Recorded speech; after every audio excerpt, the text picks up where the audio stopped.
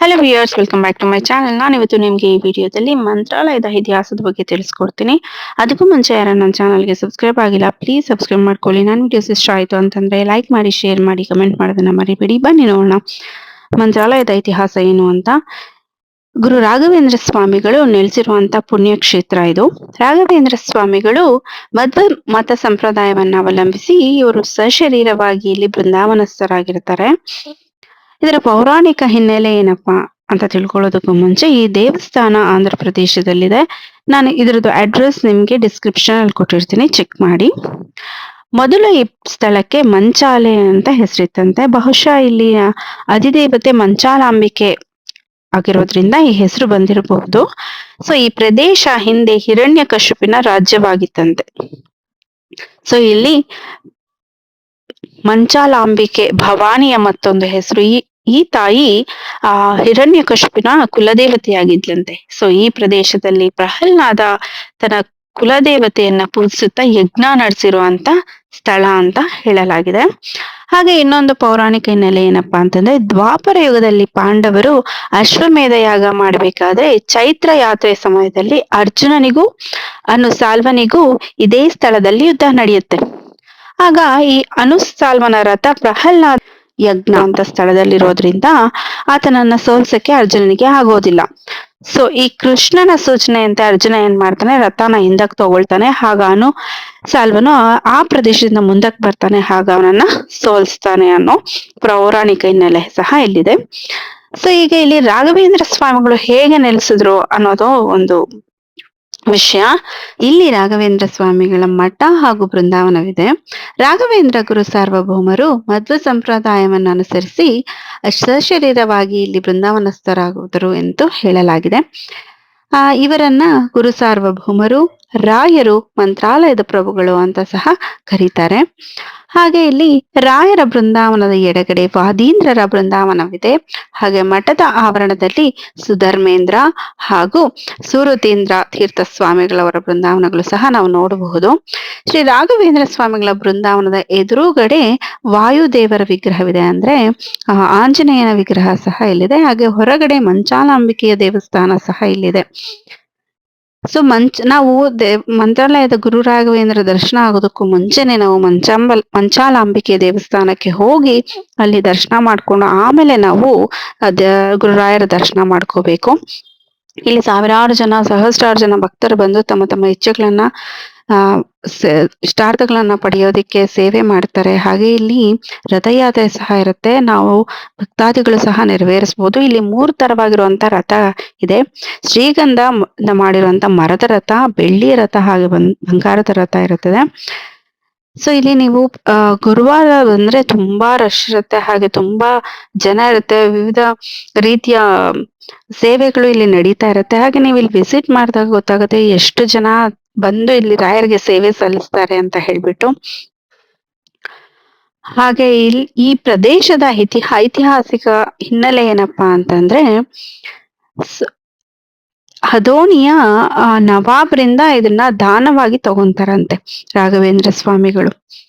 So ತೀರ್ಥಾಟನೆ ಸಮಯದಲ್ಲಿ ರಾಯರು ಅದೋಣಿಗೆ ಭೇಟಿ ನೀಡಿದಾಗ ಅಲ್ಲಿನ ನವಾಬರು ರಾಯರ ತಪಶಕ್ತಿಗೆ ಮೆಚ್ಚಿ ಅವ್ರಿಗೆ ಒಂದ್ ಸ್ಥಳವನ್ನ ನಿಮ್ಗೆ ಉಡುಗೊರೆಯಾಗಿ ಕೊಡ್ತೀವಿ ಅಂತ ಹೇಳಿದಾಗ ರಾಯರು ಮಂಚಾಲೆಯನ್ನ ಹೇಳ್ತಾರಂತೆ. ಮಂಚಾಲೆ, ಮಂತ್ರಾಲಯ ಅಂತ ಅವಾಗ ಕರೀತಾ ಇದ್ರು. ಸೊ ದಾನ ರೂಪವಾಗಿ ಪಡೆದಂತ ಈ ಸ್ಥಳವು ಈಗಿನ ಮಂತ್ರಾಲಯವಾಗಿದೆ. ಸೊ ವೆಂಕಣ್ಣ ಪಂಡಿತ ಅಂತ ಹೇಳ್ಬಿಟ್ಟು ಅವರಲ್ಲಿ ದಿವಾನರಾಗಿ ಕೆಲಸ ಮಾಡ್ತಾ ಇದ್ರಂತೆ ಆ ನವಾಬ್ರ ಹತ್ರ. ಅವ್ರಿಗೆ ಆಶ್ಚರ್ಯ ಆಗತ್ತಂತೆ, ಇದೇನಪ್ಪ ಮರುಭೂಮಿ ಕಾಡಿರುವಂತ ನಿರುಪಯುಕ್ತ ಪ್ರದೇಶನ ಇವ್ರು ಯಾಕೆ ಕೇಳ್ತಾ ಇದಾರೆ ಅಂತ ಅನ್ಕೊಂಡು ರಾಯರನ್ನ ಕೇಳ್ತಾರಂತೆ. ಆಗ ಅವ್ರು ಹೇಳ್ತಾರೆ, ತಾವೇ ಪ್ರಹ್ಲಾದನಾಗಿ ಜನಿಸಿದಾಗ ಅಲ್ಲಿ ಯಜ್ಞ ಮಾಡಿರುವಂತ ಸ್ಥಳ ಅದು ಅಂತ ಹೇಳಿ ಅದರ ಮಹತ್ವನ ತಿಳಿಸ್ಕೊಡ್ತಾರಂತೆ ಅವ್ರಿಗೆ. ಸೊ ಈಗ ರಾಯರ ಬೃಂದಾವನ ಇರೋದೇ ಆ ಪ್ರದೇಶದಲ್ಲಿ. ಹಾಗೆ ಅವರ ಬೃಂದಾವನ ಮಾಡ್ಬೇಕಾದ್ರೂ ಅಷ್ಟೇ ಅವರು ಒಂದು ಕಲ್ಲನ್ನ ಸೂಚಿಸ್ತಾರಂತೆ.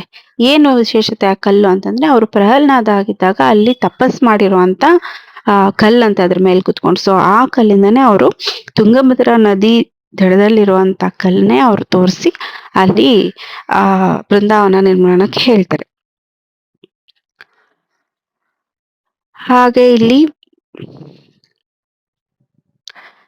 ಸಾರಿಗೆ ಬಗ್ಗೆ ಮತ್ತೆ ರೂಮ್ಸ್ ಎಲ್ಲ ನಾನು ನಿಮ್ಗೆ ಡಿಸ್ಕ್ರಿಪ್ಷನ್ ಅಲ್ಲಿ ಕೊಡ್ತೀನಿ. ಸೊ ನೀವು ಒಂದ್ಸಲ ಚೆಕ್ ಮಾಡ್ಕೊಂಡು ನೀವು ಮುಂಚೆನೆ ಬುಕ್ ಮಾಡ್ಕೊಂಡು ಹೋಗ್ಬೇಕು. ಸೊ ಇಲ್ಲಿ ನಾನು ನಿಮ್ಗೆ ತೋರಿಸ್ತಾ ಇರೋದು ರಥಯಾತ್ರೆ ಹೇಗ್ ನಡೆಯುತ್ತೆ ರಾಘವೇಂದ್ರ ಸ್ವಾಮಿಗಳದ್ದು ಅಂತ ಹೇಳ್ಬಿಟ್ಟು ತೋರಿಸ್ಕೊಡ್ತೀನಿ. ಹಾಗೆ ಇನ್ನೊಂದು ಏನಪ್ಪಾ ಅಂತಂದ್ರೆ ಇಲ್ಲಿಗೆ ಒಂದು 20 ಕಿಲೋಮೀಟರ್ ದೂರದಲ್ಲಿರುವಂತ ಬಿಚ್ಚಾಲೆ ಅನ್ನೋ ಪ್ರದೇಶ ಇದೆ. ಸೊ ಹಾಗೆ ರಾಘವೇಂದ್ರ ಸ್ವಾಮಿಗಳ ಶಿಷ್ಯರಾಗಿರುವಂತ ಅಪ್ಪಣ್ಯಾಚಾರ್ಯವರು ನೆಲೆಸಿದಂತ ಸ್ಥಳ ಅದು. ಸೊ ನಿಮ್ಗೆ ನೆಕ್ಸ್ಟ್ ವಿಡಿಯೋ ಅಲ್ಲಿ ನಾನು ಆ ಪ್ರದೇಶದ ಬಗ್ಗೆ ತಿಳಿಸ್ಕೊಡ್ತೀನಿ. ಸೊ ಈ ಅಪ್ಪಣ್ಣಾಚಾರ್ಯವರು ಅಲ್ಲಿ ಹೇಗಿದ್ರು, ಮಂತ್ರಾಲಯಕ್ಕೂ ಬಿಚ್ಚಾಲೆಗೂ ಏನ್ ಸಂಬಂಧ, ರಾಘವೇಂದ್ರ ಸ್ವಾಮಿಗಳಿಗೂ ಬಿಚ್ಚಾಲೆಗೂ ಏನ್ ಸಂಬಂಧ ಅಂತ ಹೇಳ್ಬಿಟ್ಟು ಇನ್ನೊಂದು ವಿಡಿಯೋ ಅಲ್ಲಿ ಅದರ ಬಗ್ಗೆ ತಿಳಿಸ್ಕೊಡ್ತೀನಿ. ಸೊ ಈಗ ನಾನು ನಿಮ್ಗೆ ಮಂತ್ರಾಲಯದಲ್ಲಿ ಹೇಗೆ ರಥಯಾತ್ರೆ ಸೇವೆ ನಡೆಯುತ್ತದೆ, ಭಕ್ತಾದಿಗಳೆಲ್ಲ ಹೇಗ್ ಸೇರಿರ್ತಾರೆ, ಹೇಗ್ ವಿಜೃಂಭಣೆಯಾಗಿ ನಡೆಯುತ್ತೆ ಅಂತ ಹೇಳಿ ತೋರಿಸ್ಕೊಡ್ತೀನಿ. ನೋಡ್ಕೊ ಬನ್ನಿ.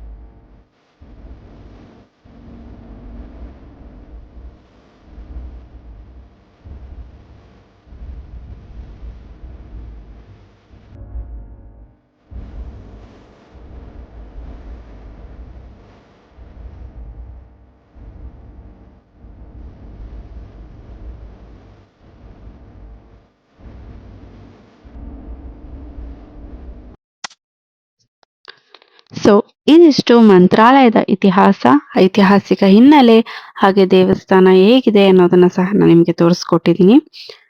ಸೊ ಈ ವಿಡಿಯೋ ನಿಮ್ಗೆ ಇಷ್ಟ ಆಯ್ತು ಅಂತ ಅನ್ಕೊಂತೀನಿ. ಇಷ್ಟ ಆಯ್ತು ಅಂತಂದ್ರೆ ಲೈಕ್ ಮಾಡಿ, ಶೇರ್ ಮಾಡಿ, ಕಮೆಂಟ್ ಮಾಡೋದನ್ನ ಮರಿಬೇಡಿ. ಹೀಗೆ ಸಪೋರ್ಟ್ ಮಾಡ್ತಾ ಇರಿ. Thank you.